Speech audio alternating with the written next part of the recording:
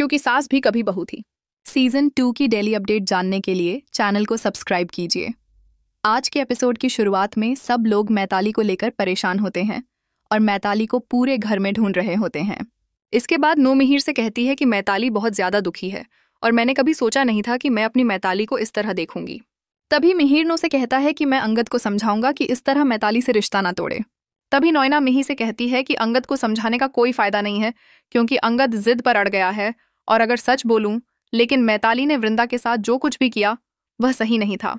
दूसरी तरफ रणविजय मैताली से इम्प्रेस होकर मैताली की तारीफ करता है और कहता है कि अगर मैं परी से नहीं मिला होता तो अपने लिए तुम्हें पसंद करता। तभी मैताली रणविजय से कहती है कि लेकिन मैं तुम्हें अपने लिए नहीं चुनती क्योंकि तुम एक लूजर हो।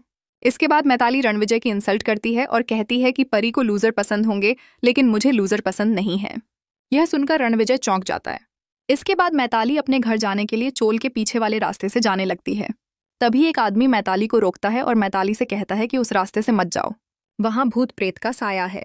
तभी मैताली उस आदमी से कहती है कि तुम किस अंधविश्वास में जी रहे हो, भूत चुड़ैल जैसा कुछ भी नहीं होता है। मैताली चोल के पीछे वाली गली से जाने लगती है। दूसरी तरफ वृंदा अंगद से बात करने के लिए शांति निकेतन आती है और अंगद को घर के बाहर बात करने के लिए बुलाती है। दूसरी तरफ मैताली सुनसान रास्ते से जा रही होती है। तभी मैताली को ऐसा महसूस होने लगता है जैसे उसके पीछे पीछे कोई चल रहा हो। इसके बाद मैताली को अपने पीछे एक परछाई दिखाई देती है। तभी मैताली पीछे मुड़कर देखती है और परछाई गायब हो जाती है। मैताली के डर के मारे हाथ पैर कांपने लगते हैं। इस मैताली जल्दी से उस सुनसान रास्ते से भागती है और डर के मारे रोड पर बेहोश हो जाती है। तभी कुछ लोग मैताली को बेहोश देखते हैं। लोग मैताली के पास आकर मैताली को होश में लाने की कोशिश करते हैं। तभी मैताली उन लोगों को शांति निकेतन का एड्रेस देती है। दूसरी तरफ अंगद वृंदा से कहता है कि मैताली ने तुम्हारे साथ जो कुछ भी किया उसकी वजह से मैंने मैताली के साथ अपना रिश्ता तोड़ दिया है। तभी वृंदा अंगद को बताती है कि मैताली फिर से हमारे चोल में आई थी और मैताली ने सुहास से माफी भी मांगी और मेरा रिश्ता वापस से सुहास के साथ जुड़वा दिया। इसके बाद वृंदा अंगद से कहती है कि मैताली ने जो कुछ भी किया है उसमें आपकी भी गलती है क्योंकि मैताली आपसे प्यार करती है, लेकिन आपने मैताली को बदले में कभी प्यार फील नहीं करवाया, इसीलिए मैताली इनसिक्योर हो गई और मैताली ने यह सब किया। इसके बाद वृंदा अंगद से कहती है कि अब मुझे मैताली गलत नहीं लगती है क्योंकि मैताली ने अब सब कुछ ठीक कर दिया है। इसके बाद वृंदा अंगद से सवाल करती है कि क्या आप मैताली से प्यार करती हैं। वृंदा से पूछता है कि क्या तुम उससे प्यार करती हो जिससे शादी करने वाली हो। तभी वृंदा अंगद से कहती है कि मैं सुहास से प्यार नहीं करती हूँ। अंगद वृंदा से कहता है कि फिर तुम सुभाष के साथ शादी क्यों कर रही हो। तभी वृंदा अंगद से कहती है कि क्योंकि अब मैं सुभाष के साथ शादी करने से मना नहीं कर सकती। अगर मैंने शादी करने से मना किया तो पूरे गांव में बिरादरी में मेरा नाम खराब हो जाएगा और मेरे परिवार की बहुत बदनामी होगी, इसलिए मुझे तो सुभाष के साथ शादी करनी ही पड़ेगी। तभी अंगद वृंदा से पूछता है कि तुम मुझसे क्या चाहती हो।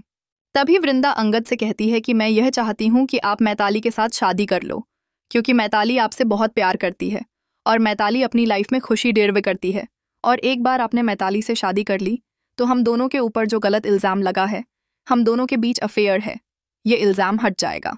इसके बाद वृंदा अंगद से कहती है कि हर एक लड़की की जिंदगी में प्यार बहुत महत्व रखता है। इसके बाद वृंदा तुलसी माता को प्रणाम करके वहां से जाने लगती है। तभी अंगद वृंदा को पीछे से आवाज लगाकर पूछता है कि क्या तुम्हारी जिंदगी में प्यार जरूरी नहीं है।